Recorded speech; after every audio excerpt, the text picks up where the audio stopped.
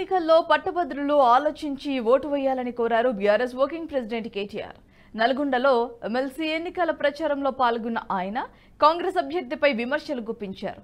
ఓవైపు gold మెడలిస్టును BRS తరపున ఉంటే మరోవైపు కాంగ్రెస్ తరపున క్రిమినలిస్టులు కేసులున్న వ్యక్తులు ఉన్నారని విమర్శించారు. చట్టసభల్లో పట్టభద్రుల తరపున గలం విప్పేందుకు గోల్డ్ మెడలిస్టులు కావాలా లేక 56 కేసులున్న వ్యక్తి కావాలా అనేది గ్రాడ్యుయేట్స్ ఆలోచించుకోవాలన్నారు కేటీఆర్. ఆలోచించండి. ఇవాళ మా పార్టీ తరపున బీఆర్ఎస్ తరపున ఒక విద్యావంతుడు తమ్ముడు రాకేష్ రెడ్డి గారికి కేసీఆర్ గారు అవకాశం ఇచ్చినారు. ఇప్పుడు కేసీఆర్ గారు అవకాశం ఇస్తే మీ దయ ఉంటే రేపు గ్రాడ్యుయేట్ ఎమ్మెల్సీగా మీ తరపున గలం విప్పుతాడు. మరి వాళ్ళ అవతల వైపు ఎవరున్నారు? కాంగ్రెస్ పార్టీ అభ్యర్థి ఎవరైనా ఆయన ఎవరో మీకు బాగా తెలుసు. తెల్లారి లేస్తే బూతులు తిట్టుడు, తెల్లారి లేస్తే పచ్చి గలీజ్ మాటలు మాట్లాడుడు, వెకిలి పనులు చేసుడు. గుణగణాలు అభ్యర్థుల గుణగణాలు చెప్పినప్పుడు ముఖ్యంగా గ్రాడ్యుయేట్ ఓటర్లు మీరు తెలుసుకోవాలి.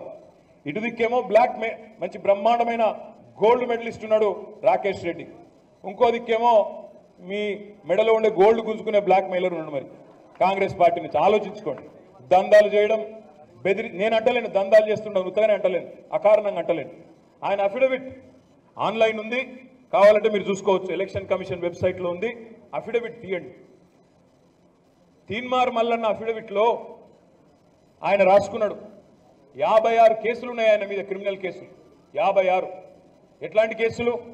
ఆడపిల్లల ఫోటోలు మార్ఫింగ్ చేసిన కేసులు, గూగుల్కి వెళ్ళి డౌన్లోడ్ చేసి అమ్మాయిల బొమ్మలు మార్ఫింగ్ చేసిందని పెట్టిన కేసులు, మీ అనుమతి లేకుండా మీ పర్మిషన్ లేకుండా మీ ఫోన్ నెంబర్ని తీసుకుపోయి యూట్యూబ్లో ఫేస్బుక్లో పెడితే దాని మీద పెట్టిన కేసులు, బ్లాక్ మెయిలింగ్ చేసి దందాలు చేసి బెదిరించి ఒక కుటుంబం మొత్తమే ఆత్మహత్య చేసుకోబోతే ఆ కుటుంబం ఇచ్చిన కంప్లైంట్ మీదకి వెళ్ళి కేసులు. మొత్తంగా చూస్తే అద్భుతమైన చరిత్ర.